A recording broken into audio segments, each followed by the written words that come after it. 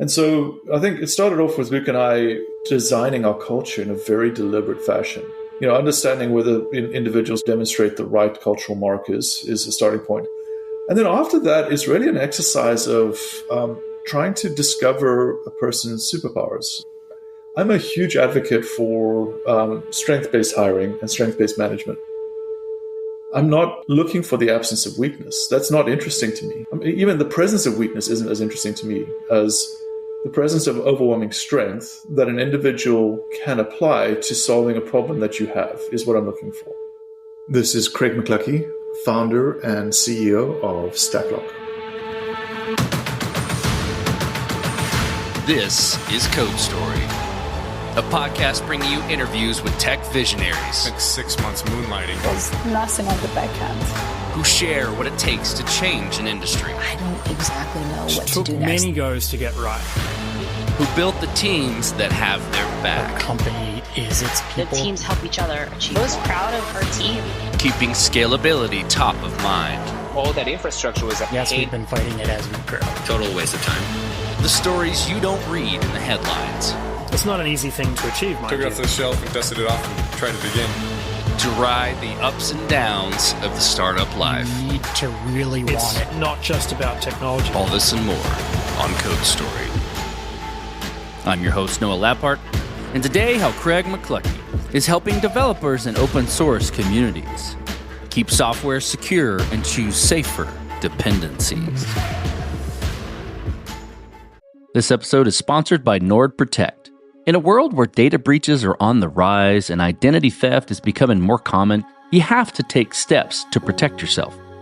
NordProtect offers you everything you need to keep your identity safe, all in one easy place.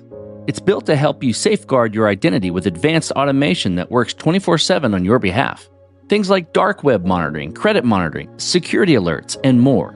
And if the worst should occur, the platform walks alongside you for identity restoration.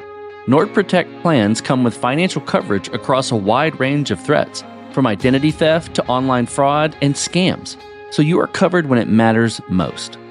Get an exclusive 5% discount on NordProtect plans. Go to nordprotect.com/codestory and use the code CODESTORY at checkout. You can also find the link in the episode notes. That's nordprotect.com/codestory. This episode is sponsored by Incogni. Listen, guys, I don't know about you, but I get real tired of managing the spam and cold outreach to my contact info. Those annoying emails, phone calls from unknown numbers, wasting our time and valuable attention. Not to mention the bad stuff from data breaches, which are rising every year. To top it off, data brokers out there harvest our information and sell it to people who intend to spam you and scam you. So what do we do about it? Well, I use Incogni. I signed up to use the platform, and within 30 minutes, hundreds of requests have been sent and completed, removing my data from the public view. Incogni tracks down and removes your personal data from online directories, people search sites, and commercial databases. The process is fully automated for the hundreds of known data brokers who sell our data without consent. Got a site that they don't auto-hit? No problem. There's a custom removal feature to take down almost everything that is exposed online. So take it from me and take back your personal data with Incogni. Go to incogni.com/codestory and use code CODESTORY at checkout to get 60% off annual plans. You can also find the link in the episode description. That's incogni.com/codestory. Because they can't harm you if they can't find you. Craig McLuckie is a self-proclaimed boring guy, monochromatic as he puts it. At one point, he tried retiring from his professional ventures, i.e. building technology, but it didn't work. So he is now back into building tech. But outside of tech, he's a father to 4 children, 2 younger and 2 older, and enjoys spending time outside with them, hiking and building things. When it comes to food, he mentioned that there is no type of food he doesn't like, as long as it is well prepared and made with love. Craig has been passionate about the supply chain security space for a long time, and in the past, he built several open source projects, one being Kubernetes. He found himself intrigued at the intersection of these worlds and wanted to build a solution enabling developers to secure their open source. This is the creation story of Stacklok.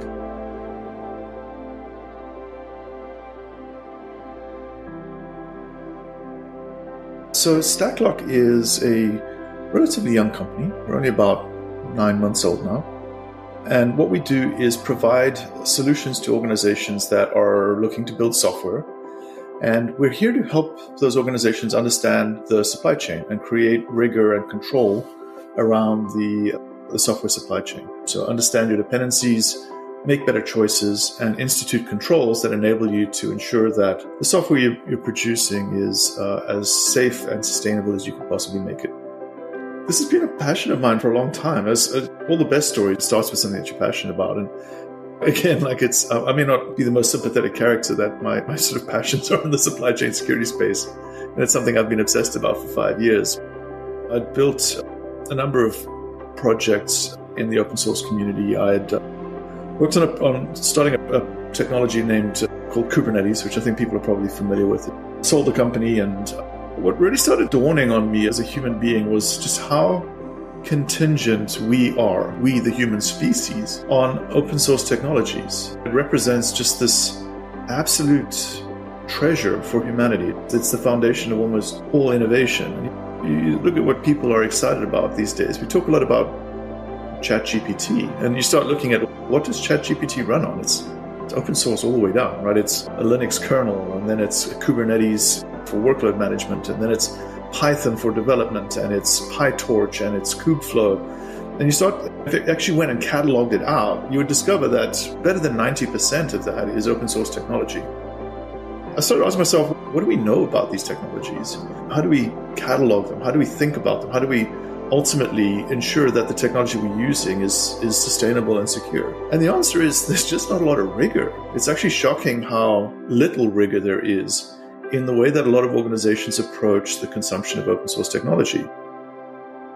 The primary currency has always been the CVE.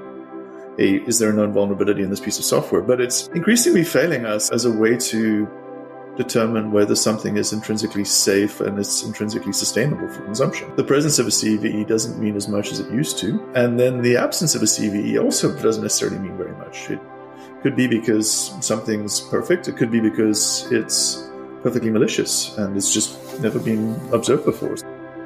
My previous job, I was very privileged to have a rather substantial engineering organization. I managed about 1,500 engineers at the last company I worked at, and I was able to earmark a subset of resources to start playing with some of these ideas, but I never felt I really cracked the code. And I think part of that might have been just timing. You really want to be doing this at the right time when there's people that want to come along with the journey with you and when the world is really ready to hear your ideas. And I would say the other big catalyst was my co-founder, Luke Hines.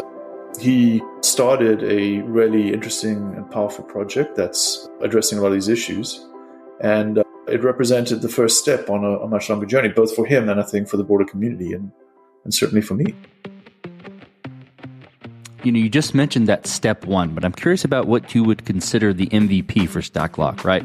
The first version of the product you built. How long did it take to build, and what sort of tools were you using to bring it to life?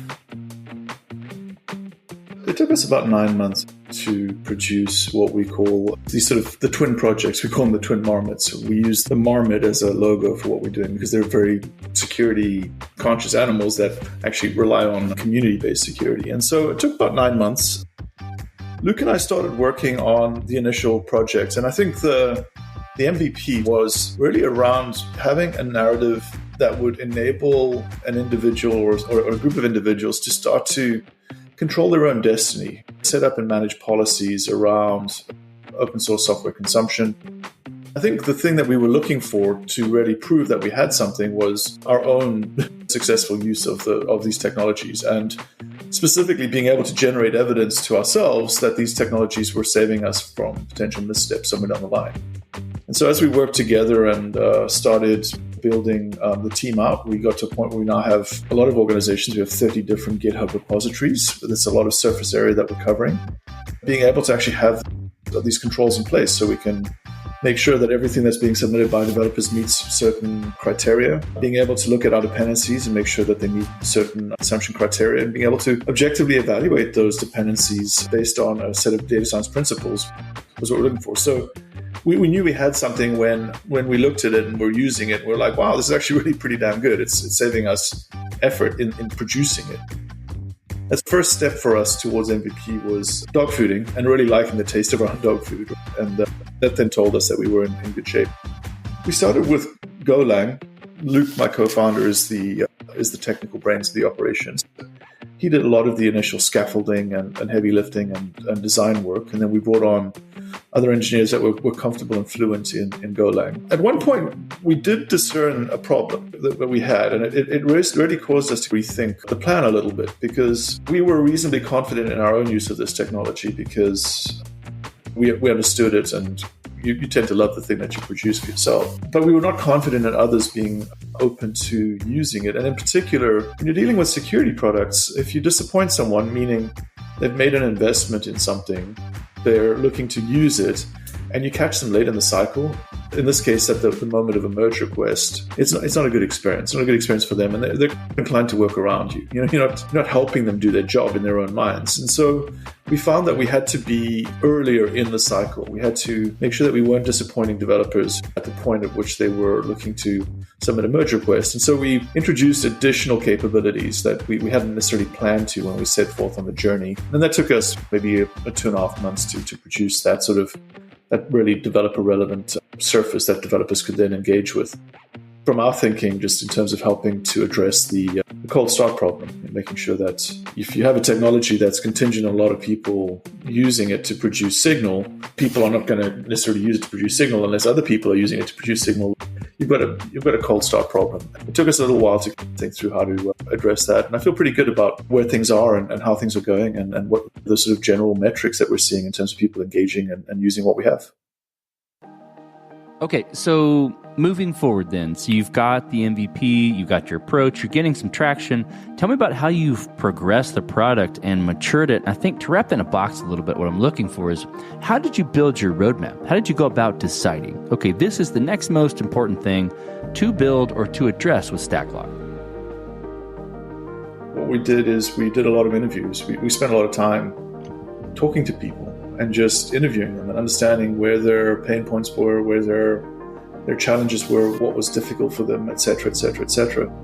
That process of just having these conversations enabled us to establish a set of kind of thematic things that we basically like to organize ourselves around. We just basically produce epics. Developers will take an epic, do the sort of functional decomposition of that, turn it into a set of tasks, execute those tasks, integrate them, and rinse and repeat.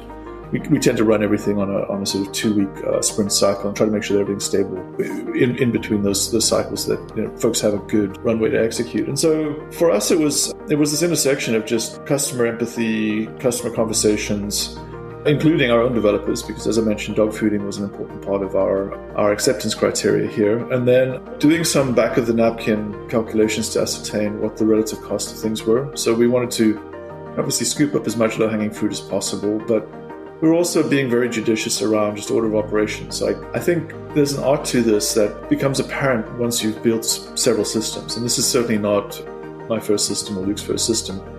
You know that you've got to get some of the core structures right. You want to get the API surface area correct. You want to get the broad interfaces defined. If you have a policy engine, you probably want to get those interfaces created. You want to decide if you want something bespoke or many.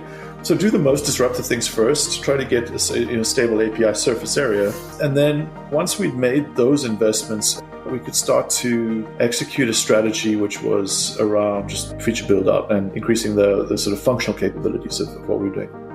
It's a kind of natural rhythm you fall into, and just having these high quality conversations, being rigorous around writing down what we learned from conversations, synthesizing that using a variety of different sort of apparatus or affinity techniques, and then presenting that in a collaborative fashion with engineering to sequence out the order of operations, embark on a semi-weekly planning cycle, and just execute the heck out of it. It's been the way we've run. So here you're saying we. Tell me about how you built your team. What do you look for in those people to indicate that they're the winning horses to join you? Culture is by far the most important attribute. As a starting point, making sure that we have enough shared what we call virtues. We don't believe in values that you can talk a lot about values, but you don't necessarily have to live them. We want people that are demonstrating actual virtues. They're living this way. And so I think it started off with Luke and I designing our culture in a very deliberate fashion. Understanding whether individuals demonstrate the right cultural markers is a starting point. And then after that is really an exercise of trying to discover a person's superpowers. I'm a huge advocate for strength-based hiring and strength-based management. I'm not looking for the absence of weakness. That's not interesting to me. Even the presence of weakness isn't as interesting to me as the presence of overwhelming strength that an individual can apply to solving a problem that you have is what I'm looking for. And I can live with weaknesses. And so for me, the whole process of hiring is about establishing chemistry, which is largely around culture, and then trying to assemble a set of people that have non-overlapping superpowers. So a diverse group of individuals that have unique experiences, backgrounds, skills, capabilities to the table, that they are then organized around this common mission to execute. It's magic when it happens. It's the most amazing feeling in the world. This will be super interesting given your background and given what you're building. So I kind of feel silly asking the question, but I'm going to ask it. Did you build this to scale efficiently from day one? Or have there been anywhere that you've had to, has there been anywhere where you've had to fight it as you grow? And that could be technology, but it could also be team. I have not had any problems with this. I'm an older guy, right? This is not my first rodeo. I've built more things that failed than succeeded in my life. I've had a few good hits. There's some good stuff in my resume, but there's also a lot of mistakes made. I tend to surprise people a little bit because I always push the team to behave like the team you're going to grow up to be. I think I surprise even my board sometimes because I tend to be a little bit more rigorous than you typically see in a rinky-dink little startup.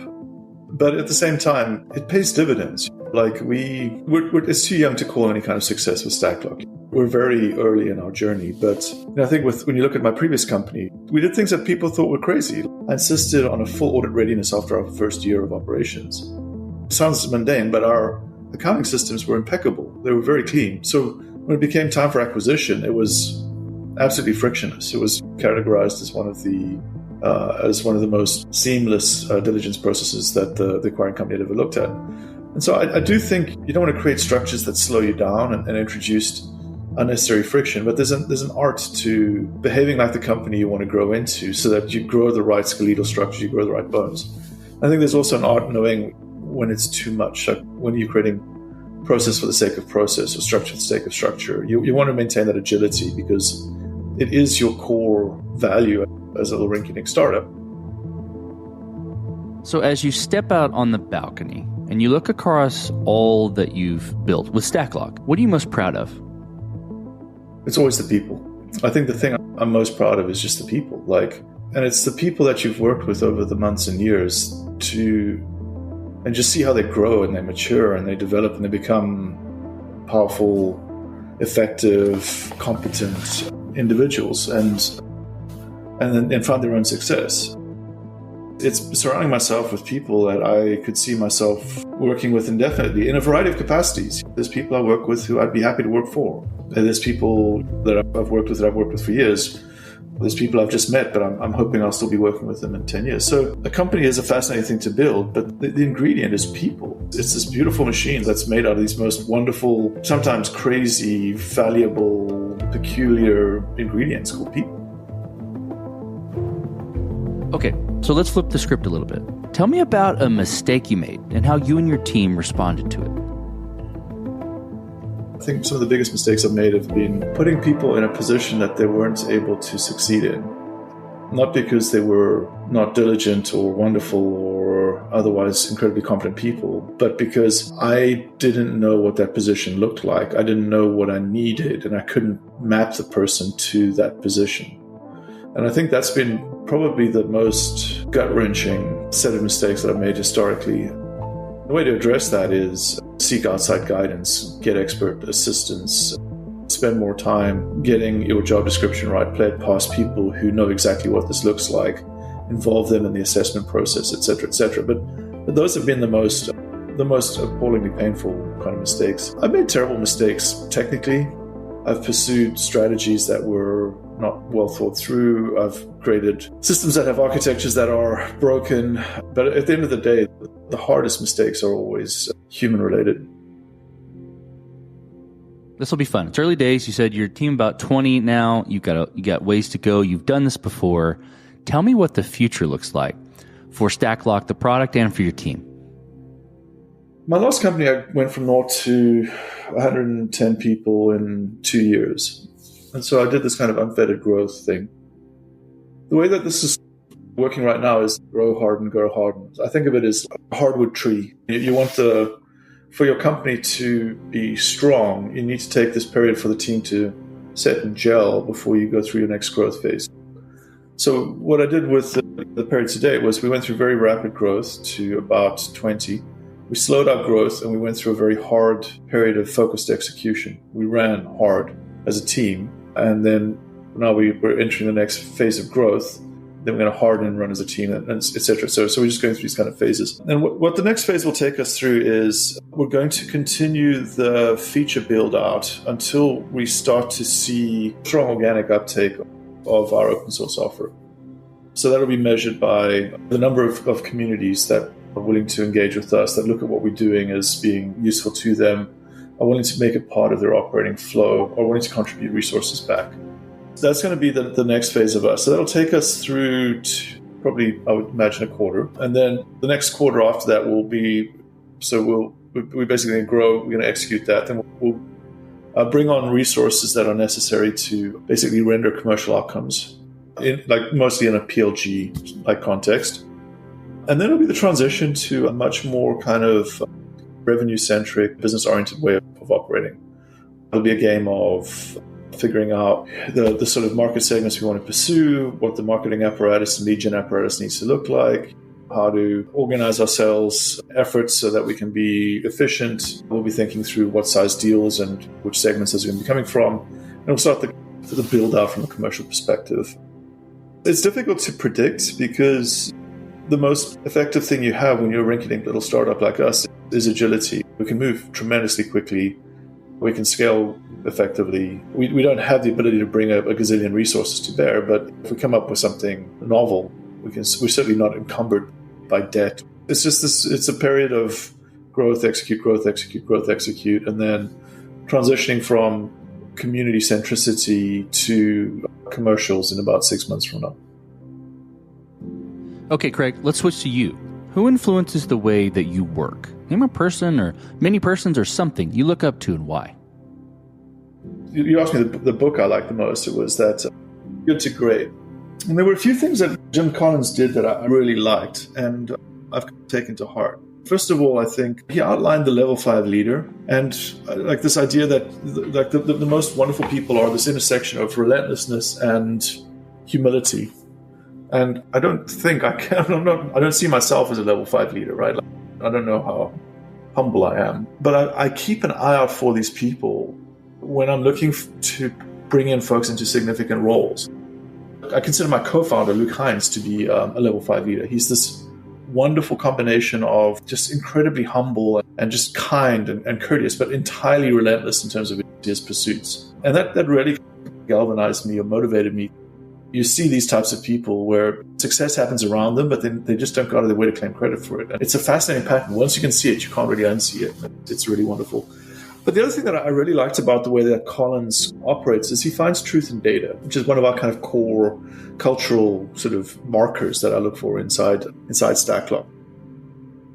You want to be able to look at a system and look for the truth in the data and get past your own biases, get past your own what you want, hope, think, feel, need, etc., and actually find truth in information. And that the whole book is organized in that fashion. And that's something that I found very motivational. And it's something I like to do when I'm organizing. My own approach to building things is just looking for that truth in data. Okay, Craig, last question. So you're getting on a plane and you're sitting next to a young entrepreneur who's built the next big thing. They're jazzed about it. They can't wait to show it off to the world and can't wait to show it off to you right there on the plane.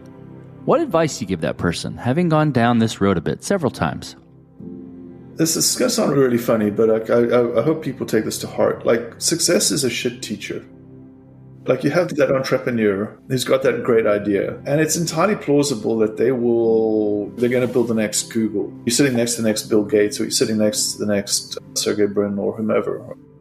I think that a lot of people get locked in and they almost become caricatures of something as they succeed in their careers. And if a successful idea starts to generate its own heat and they catch the tiger by the tail, which, by the way, I can't claim to have ever done. Like I've never caught the tiger by the tail, where the thing that you've built becomes a self-fulfilling prophecy. And everything I've done is always a bit of a high wire act where there's falls and drama, and success just seems incredibly unlikely for a long time until eventually you find success. But I would say just be suspicious of your own success. Are you succeeding because of who you are?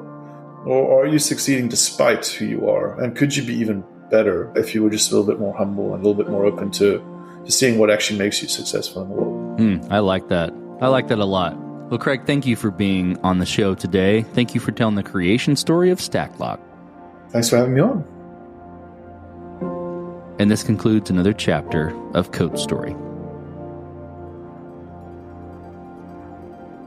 Code Story is hosted and produced by Noah Labhart. Be sure to subscribe on Apple Podcasts, Spotify, or the podcasting app of your choice. And when you get a chance, leave us a review.